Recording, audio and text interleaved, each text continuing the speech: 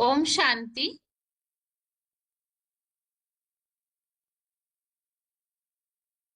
भगवत गीता श्लोक क्लास में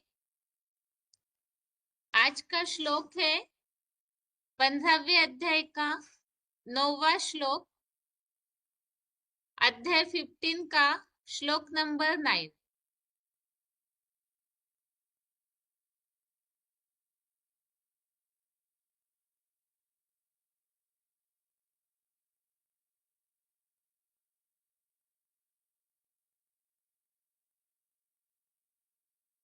श्लोक है,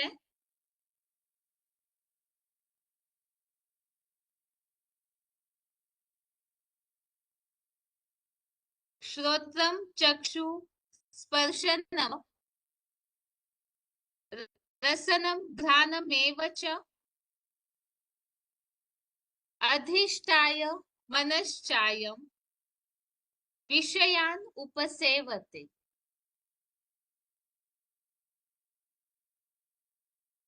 श्लोक दोबारा, श्रोत्रम चक्षु स्पर्शनम च रसनम घ्राणमेव च अधिष्ठाय मनश्चायम विषयान उपसेवते। श्लोक का संधि विच्छेद है श्रोत्रम चक्षु स्पर्शनम च रसनम घ्राणम एव च अधिष्ठाय मन च अयम विषयान उपसेवते।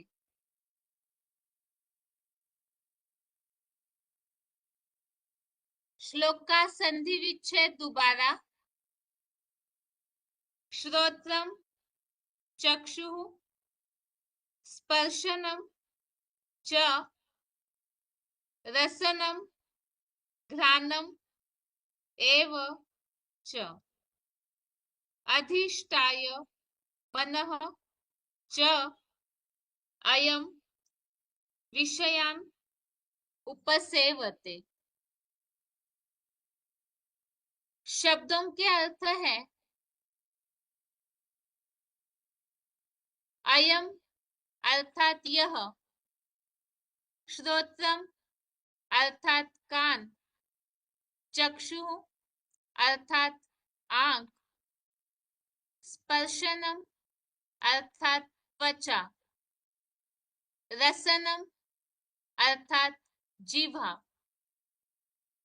च अर्थात और, घ्राणम अर्थात नासिका को, च अर्थात वैसे ही, च एव अर्थात वैसे ही, मनः अर्थात मन का, अधिष्ठाय अर्थात आधार लेकर, विषयान अर्थात विषय भोगों का, उपसेवते अर्थात सेवन करती है।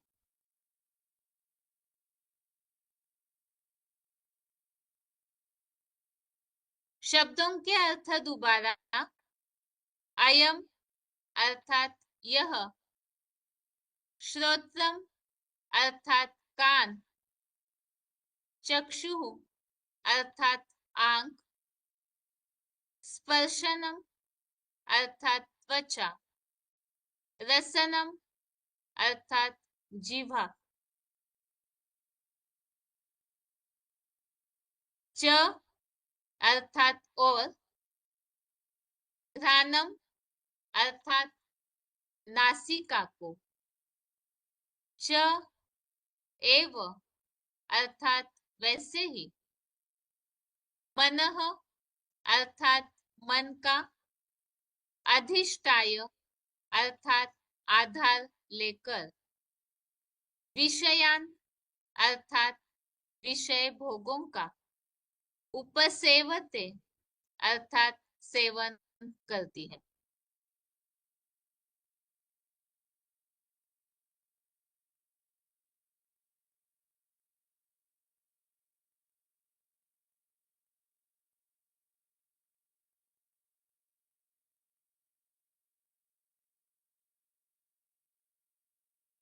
श्लोक का अर्थ है,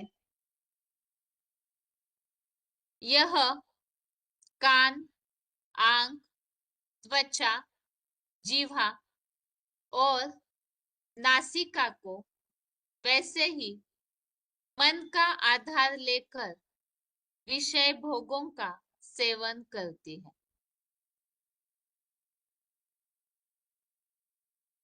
यहाँ पर हम पिछले श्लोक से इस बात को समझना शुरू किए हैं। जैसे श्लोक में बात आई है जीवात्मा का विषय, तो इसमें पहले श्लोक में 7वें श्लोक में हमने इस बात को समझा कि जब इस सृष्टि में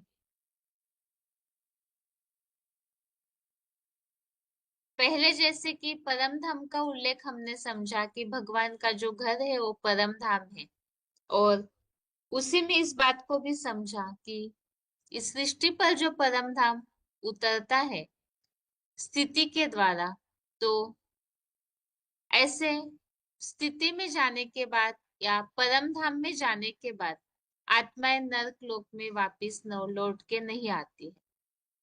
उसके बाद यहाँ जहाँ 7वां श्लोक शुरू हुआ है, जिस पॉइंट में हमने समझा था कि नई सृष्टि की शुरुआत होती है, तो उस प्रसंग में इस श्लोक में इस बात को बताया है कि ये सृष्टि में प्राणियों के द्वारा उत्पन्न हुआ मेरा जो नित्य सनातन योग बल रूपी अंश है, और फिर यहाँ सभी को योग बल से मन सहित 6 इंद्रियों को खींचता है। इसके अगले श्लोक में जो बात समझाई है कि आत्मा जो है वो जब एक शरीर छोड़ दूसरे निर्जीव गर्भ को धारण करती है, तो जैसे वायु अपने फूलों से सुगंधियों को लेकर जाती है, वैसे यह आत्मा भी दैहिक 23 तत्वों को लेकर जाती है। तो इस प्रसंग में भी हमने पॉइंट में जैसे समझा था कि यहाँ दैहिक 23 तत्वों को ले जाना, अर्थात जिन जिन इंद्रियों से जो कर्म किए जाते हैं उनकी जो शक्ति अर्थात उनके द्वारा जो संस्कार आत्मा में भरे हुए होते हैं, तो उससे ही आत्मा ले जाती है। जहाँ श्लोक में आत्मा के लिए प्राणवायु कहा गया है, तो जैसे हवा सुगंधियों को ले जाती है, वैसे ही यहाँ पर यह आत्मा भी अपने साथ आत्मा में जो गुण अर्थात यहाँ संस्कार भरे हुए हैं, तो उसे लेकर जाती है। इसी तरह से यहाँ अध्याय 15 के श्लोक नंबर 9 में बताया है, आत्मा यह कान, आंख, त्वचा, जीवा और नासिका, ये 6 ज्ञानेंद्रिया हुई, और वैसे ही मन का आधार लेकर विषय भोगों का सेवन करती है। वो किस तरह से सेवन करती है उसे यहाँ स्पष्टीकरण में स्पष्ट किया है। श्लोक का क्लैरिफिकेशन सहित अर्थ है, यह योग ऊर्जा रूप ज्ञान सूर्य की आत्म किरण परा प्रकृति कान, आंख, त्वचा, जीवा और नासिका को वैसे ही छठे चंचल मन बुद्धि युक्त अव्यक्त त्रिनेत्री का आधार लेकर पंच महाभूत निर्मित जड़ देह रूप यंत्र अथवा काल से विषय भोगों का ज्ञान प्लस कर्मेंद्रियों द्वारा सेवन करती है।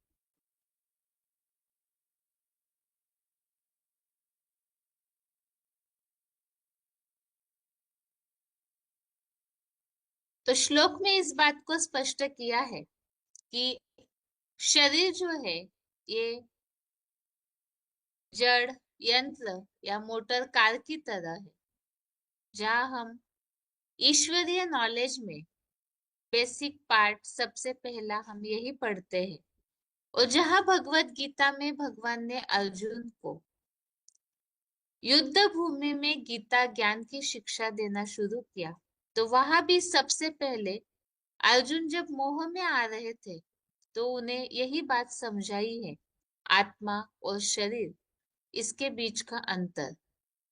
तो इस श्लोक में इस बात को स्पष्ट किया है कि ये जो शरीर है पंच महाभूतों से बना हुआ, अर्थात 5 तत्व,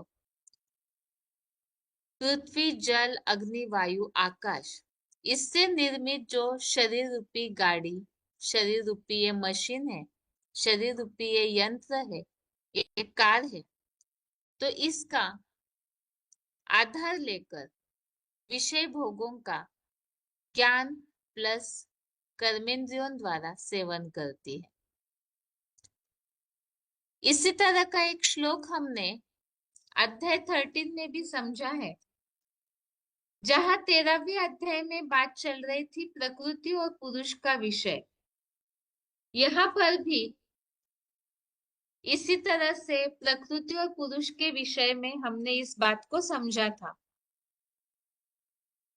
पुरुष अर्थात आत्मा को कहा गया है 13वें अध्याय में, और प्रकृति अर्थात 5 तत्वों के प्रकृति से बना हुआ शरीर। 13वें अध्याय में तो हम 2 प्रकार से बातें समझ रहे थे।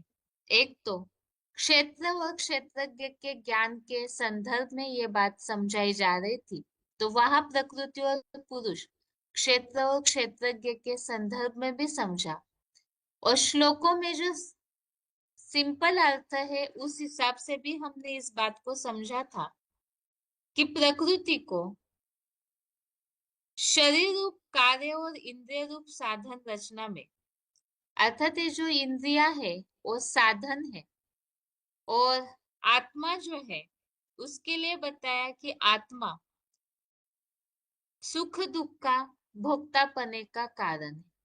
तो वो किस तरह से भोगता है, यहाँ इस श्लोक में इस बात को बताया है कि आत्मा जो है इन ज्ञानेंद्रियों के द्वारा कान आंख त्वचा जीवा और नासिका को और छठे मन का आधार लेकर, जो अव्यक्त चंचल मन है, इसका आधार लेकर विषय भोगों का सेवन करती। अभी इस श्लोक का उच्चारण सुनते हैं, उसके बाद आत्मा शरीर के द्वारा किस तरह से विषय भोगों का सेवन करती है। तो मुरलियों में इस प्रसंग में जहाँ उल्लेख आए हुए कि आत्मा किस तरह से इंद्रियों का आधार लेकर विषय भोगों का सेवन करती है, तो उसे स्पष्ट किया है। सबसे पहले श्लोक का उच्चारण।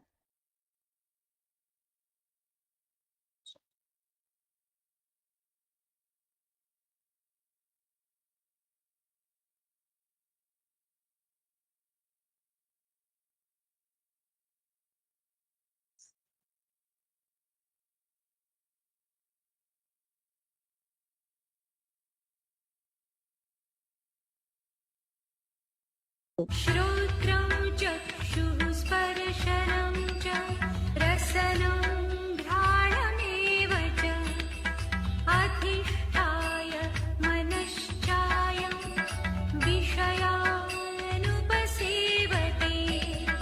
यह योगूर्जा रूप ज्ञान सूर्य की आत्म किरण परा प्रकृति, कान आँख त्वचा जिह्वा और नासिका, वैसे ही छठे चंचल मन सहित बुद्धि रूप अव्यक्त त्रिनेत्री का आधार लेकर 5 महाभूत निर्मित जड़ देह रूप यंत्र कार से विषय भोगों को ज्ञान प्लस कर्मेंद्रियों द्वारा सेवन करती है।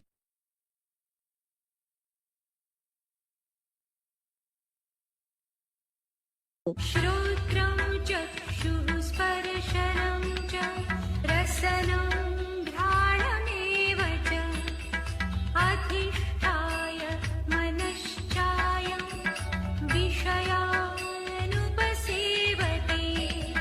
यह योग ऊर्जा रूप ज्ञान सूर्य की आत्म किरण परा प्रकृति, कान आँख त्वचा जिह्वा और नासिका, वैसे ही छठे चंचल मन सहित बुद्धि रूप अव्यक्त त्रिनेत्री का आधार लेकर पंच महाभूत निर्मित जड़ देह रूप यंत्र कार से विषय भोगों को ज्ञान प्लस कर्मेंद्रियों द्वारा सेवन करती है।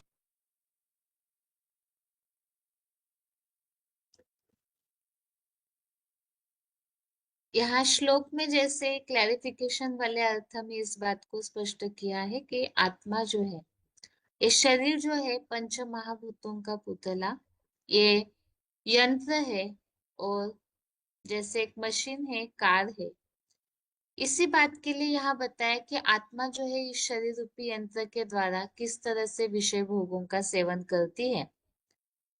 VCD number 3339, VCD number 3339, 1 minute के बाद से लिया हुआ पॉइंट।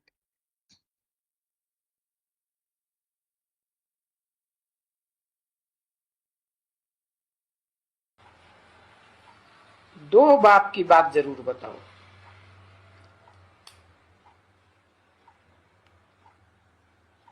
क्योंकि दो चीजें मुख्य है ना, एक शरीर और एक आत्मा। शरीर और उसको चलाने वाली आत्मा। शरीर तो जड़ है और विनाशी है, आज है कल नहीं रहेगा। तो जो जड़ चीज है, जड़ यंत्र है, उसको चलाने वाला चैतन्य ही तो होता है। तो हमेशा याद रख दो और दूसरों को भी बताओ कि आत्मा का बाप चैतन्य, आत्मा का बाप चैतन्य शिव। बाप और बेटे का रूप तो एक ही होगा ना। आत्मा ज्योति स्वरूप तो बाप भी ज्योति स्वरूप। आत्मा अणु से अणु अति सूक्ष्म, तो बाप भी ज्योति, अति सूक्ष्म ज्योति बिंदु। अब आत्मा अकेली तो काम नहीं कर सकती, तो यंत्र तो चाहिए ना काम करने के लिए। तो ये शरीर है यंत्र। उसमें भी चैतन्य आत्मा है और आत्माएं सब अलग अलग हैं। जो भी शरीरधारी है, जो भी प्राणी मात्र हैं, चाहे मनुष्य हों, सुधरे हुए हों, बिगड़े हुए हों, पशु पक्षी हों, कीड़े मकोड़े हों, इंसेक्ट्स हों, सबके शरीर हैं, छोटे या बड़े। और उन शरीरों को चलाने वाली आत्मा। परंतु देह के सुख भोगते भोगते वो सभी आत्माएं अपने स्वरूप को भूल जाती हैं, क्योंकि देह को भोगने से, देह की इंद्रियों से सुख भोगने से आत्मा की शक्ति क्षीण होती रहती है।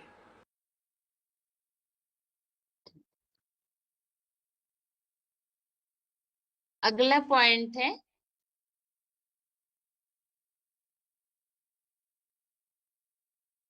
VCD number 3361, VCD number 3361, 17 minute 17 minutes के बाद से लिया हुआ पॉइंट।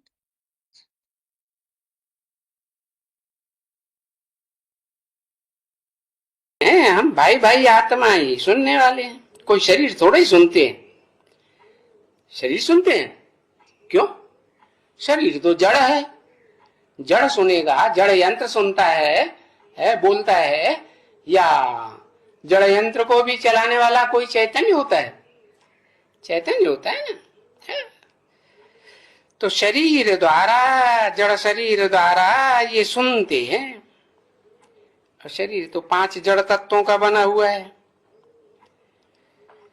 तो जैसे सुनने वाले को तुम बैठ करके देखते हो, किसको? आत्मा को देखते हो ना। हाँ, तो वो तो तुम्हारी बुद्धि में ज्ञान है। उन मनुष्यों में तो ज्ञान है ही नहीं। कह देते हैं आत्मा तो निर्लेप है, आत्मा को कोई लेप छेप नहीं लगता, इसलिए देह को स्नान कराने गंगा में ले जाते हैं। चलो भाई स्वच्छ कर लें, तभी बाकी है। बाकी कौन क्या बना है? क्या शरीर सुनते हैं? नहीं, तो वो तो रंग बात हो जाती है कि आत्मा निर्लेप है।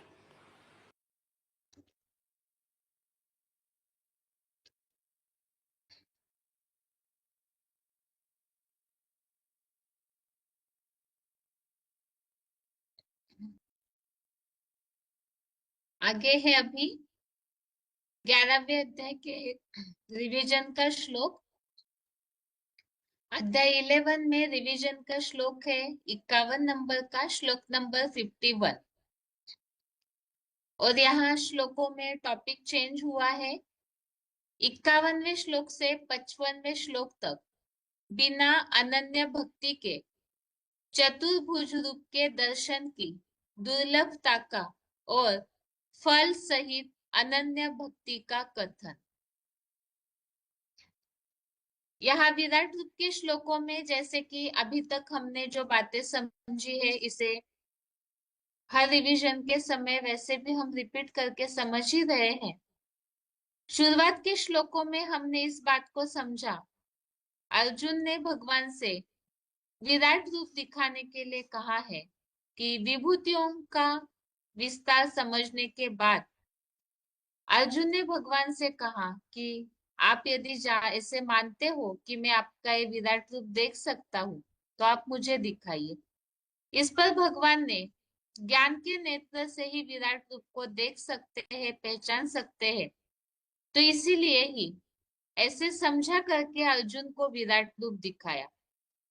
विराट रूप दिखाने के साथ साथ जिस तरह से भयंकर रूप दिखाया, अर्थात भगवान का विराट रूप जब प्रत्यक्ष होता है तो इस संसार में भयंकर विनाश का माहौल छा जाता है।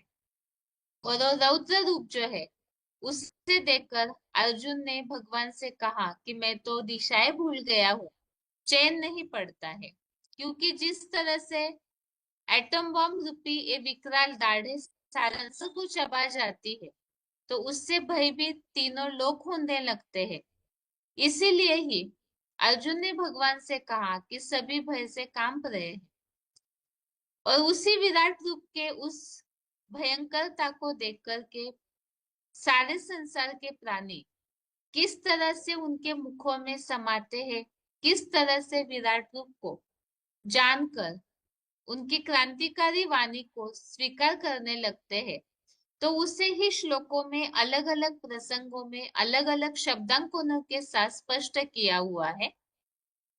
इसके अलावा अर्जुन के कहने पर, क्योंकि अर्जुन भगवान से बार बार माफी मांग रहे थे कि साधारण समझ करके हमने जो कुछ भी आपसे कहा है, तो हम नमस्कार हो, माफ कीजिए, क्षमा मांगता हूँ, तो इसीलिए आप फिर से अपने सौम्य रूप में आइए, ऐसे कहकर अर्जुन ने जब भगवान से कहा, तो अगले श्लोकों में जैसे कि इस बात को बताया हुआ है, भगवान ने अर्जुन से कहा है कि ये जो विराट रूप है, इससे वेद, यज्ञ, तप, दान, दैहिक यंत्रणादायी जो भी कर्म कांड या तपस्याएं हैं, उनसे मैं नहीं मिलता हूँ, बल्कि ये जो विराट रूप है, एक ज्ञान गम्य बुद्धि से, अर्थात ज्ञान के तीसरे नेत्र से ही देख सकते हैं, ऐसे बता करके अर्जुन को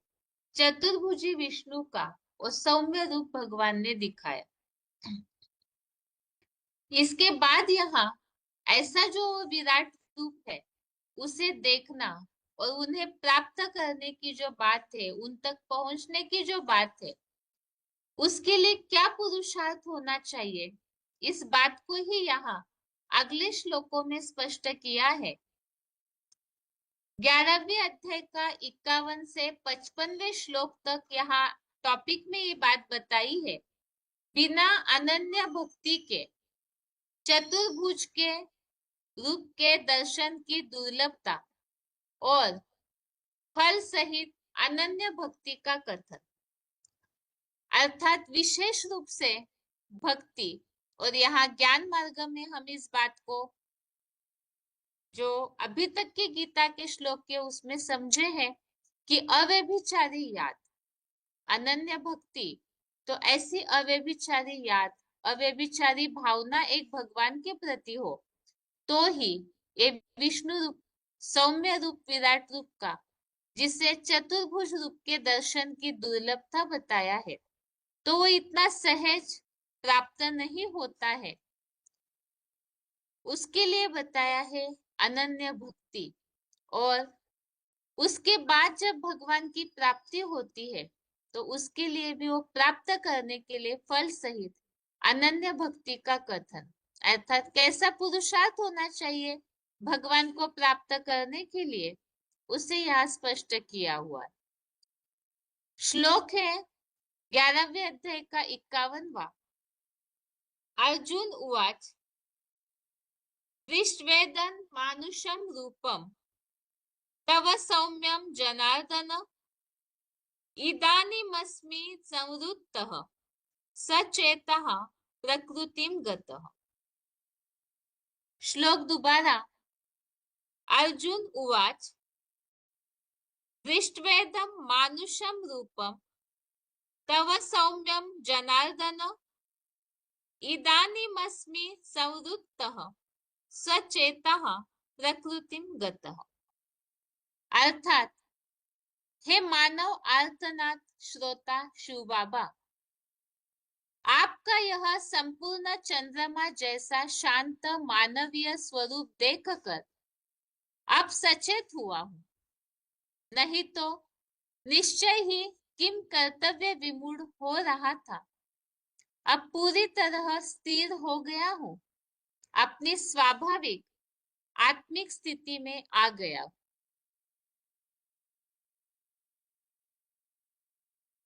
तो यहाँ पर इस बात को स्पष्ट किया है। जनार्दन के लिए हमने इसके पिछले भी कई श्लोकों में अर्थ समझा है। जन अर्दन, यहाँ अर्दन अर्थात मनुष्य आत्माओं का रोना, दुख। तो ये मानव आर्तनाद श्रोता शिव बाबा, अर्थात सारी दुनिया जहाँ कलयुग अंत में दुखी होती है तो उनके सबके दुखों को सुनने वाले श्रोता शिव बाबा। तो यहाँ जनार्दन के रूप में कहा है, आपका यह संपूर्ण चंद्रमा जैसा शांत मानवीय स्वरूप देखकर अब सचेत हुआ हूं, नहीं तो निश्चय ही किम कर्तव्य विमूढ़ हो रहा था। अब पूरी तरह स्थिर हो गया हूं, अपनी स्वाभाविक आत्मिक स्थिति में आ गया हूं।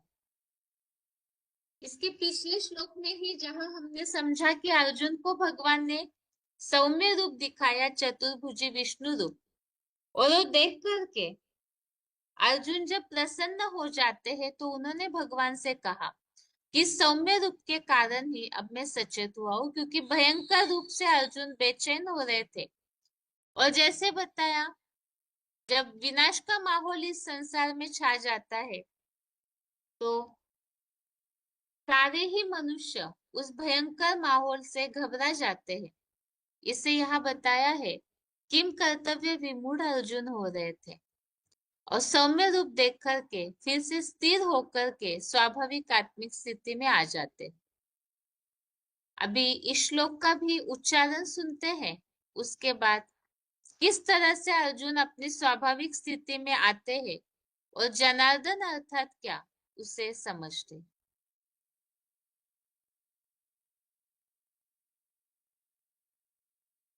अर्जुन उवाच दृष्ट्वेदं मानुषं रूपं तव सौम्यं जनार्दन इदानीमस्मि संवृत्तः सचेता प्रकृतिं गतः।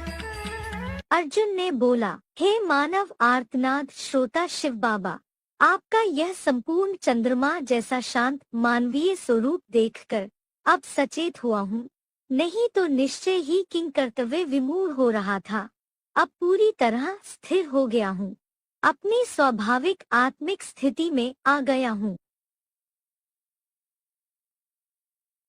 अर्जुन उवाच दृष्ट्वेदं मानुषं रूपं तव सौम्यं जनार्दन इदानीमस्मि संवृत्तः सचेता प्रकृतिं गतः।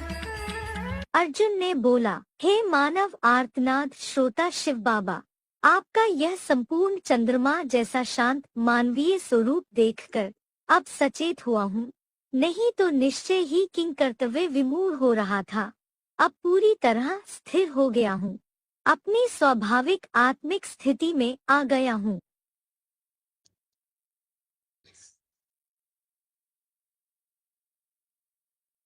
श्लोक में जो उल्लेख आया है जनार्दन, तो जनार्दन इस शब्द का अर्थ इस वार्तालाप में बताया हुआ है।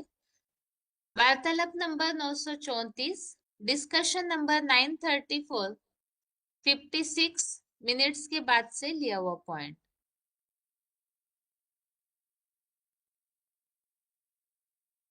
और ब्रह्मम वाक्यम जनार्दनम का मतलब हाँ, जैसे जन माने मनुष्य, अर्दन माने रोना। मनुष्यों का रोना जो सुनने वाला है प्रैक्टिकल जीवन में, और उस रोने को खत्म करने का निमित्त बनता है, उसको कहा जाता है जनार्दन। दुखी मनुष्यों के रुदन को, दुख की आवाज को सुनने वाला, तो वो है नारायण। वो नारायण को कहते हैं जनार्दन। क्यों जनार्दन बना? कि ब्रह्मा के जो वाक्य हैं उनको उस जनार्दन ने धारण कर लिया, इसलिए ब्रह्मम वाक्यम जनार्दनम कहा जाता है। और मनुष्यों ने उस परसेंटेज में धारण नहीं कर पाया, क्योंकि सच्चा नहीं समझा। नहीं तो ब्रह्मा के वाक्य पत्थर की लकीरें हैं, उनको 100% सच्चा समझना चाहिए। और आत्माओं ने इतना महत्व नहीं दिया, और नारायण ने इतना महत्व दिया, जो संसार में कहावत हो गई, ब्रह्मम वाक्यम जनार्दनम।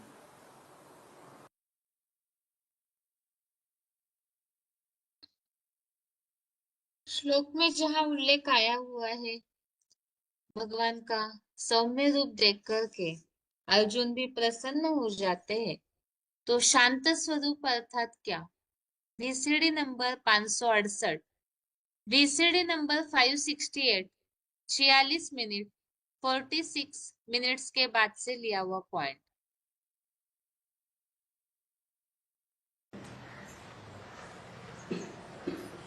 तो तुम रुद्रमाला के मणके बनने वाले हो। तुम्हारा मुखिया रुद्र है, रुद्र है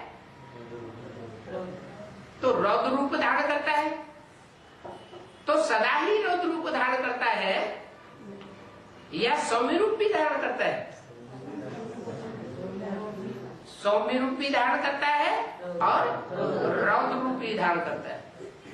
जब दुनिया का विनाश होता है तो रौद्र रूप धारण करता है, चाहे वो बीज रूप आत्माओं की दुनिया हो, चाहे वो आधारभूत जड़ों पे बैठे हुए ब्राह्मणों की दुनिया हो और चाहे बाहर की 500 करोड़ की दुनिया हो। रौद्र रूप धारण करता है तो विकराल रूपधारी श्याम पाठधारी कहा जाता है, और जब लक्ष्मी नारायण जैसा बनता है तो सौम्य पाठधारी कहा जाता है। उस एक ही टोले का नाम रख दिया है श्याम और सुंदर।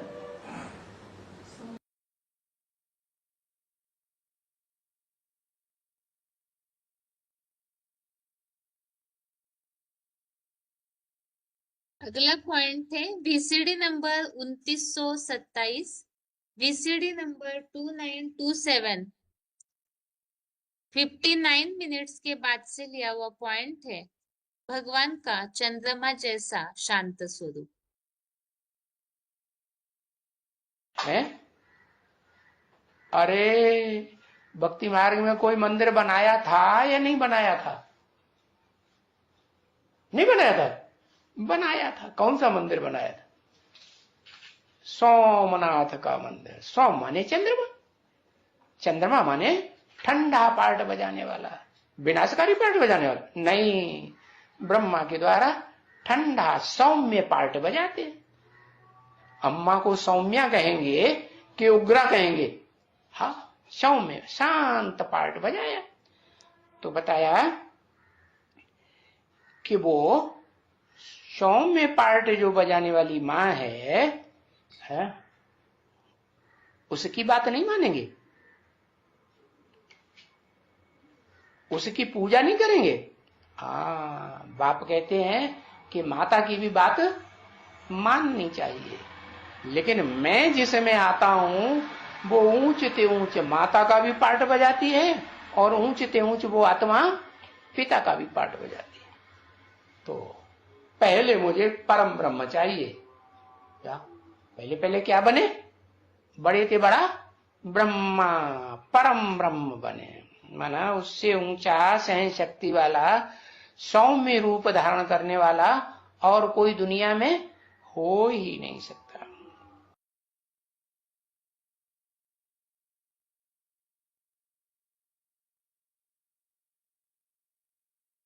तो इस तरह से 11वें अध्याय के श्लोक में हमने समझा कि भगवान का वो चंद्रमा जैसा जो शांत स्वरूप है वो देख करके अर्जुन प्रसन्न हो जाते हैं।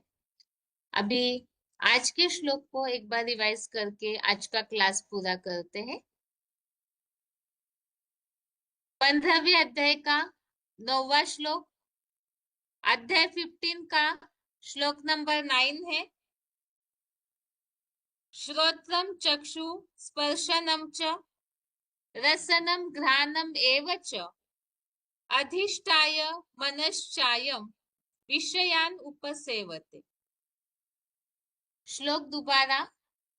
श्रोत्रम चक्षु स्पर्शनम च रसनम घ्राणम एव च अधिष्ठाय मनश्चायम विषयान उपसेवते।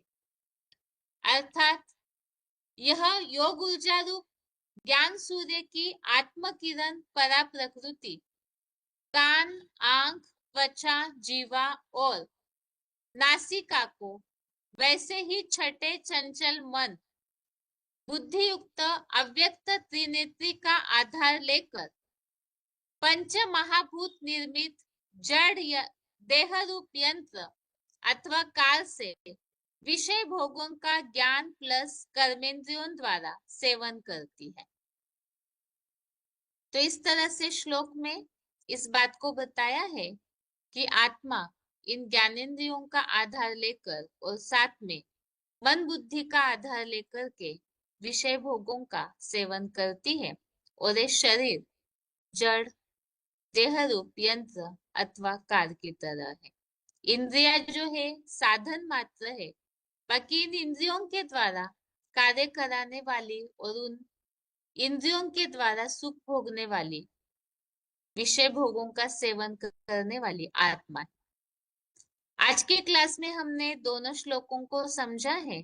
इन दोनों श्लोकों का अर्थ छोटा है तो इसलिए इन श्लोकों को आज के क्लास में हमने समझा और इसके साथ ही आज के लिए गीता क्लास यहाँ ही पूरा करते हैं। ओम शांति।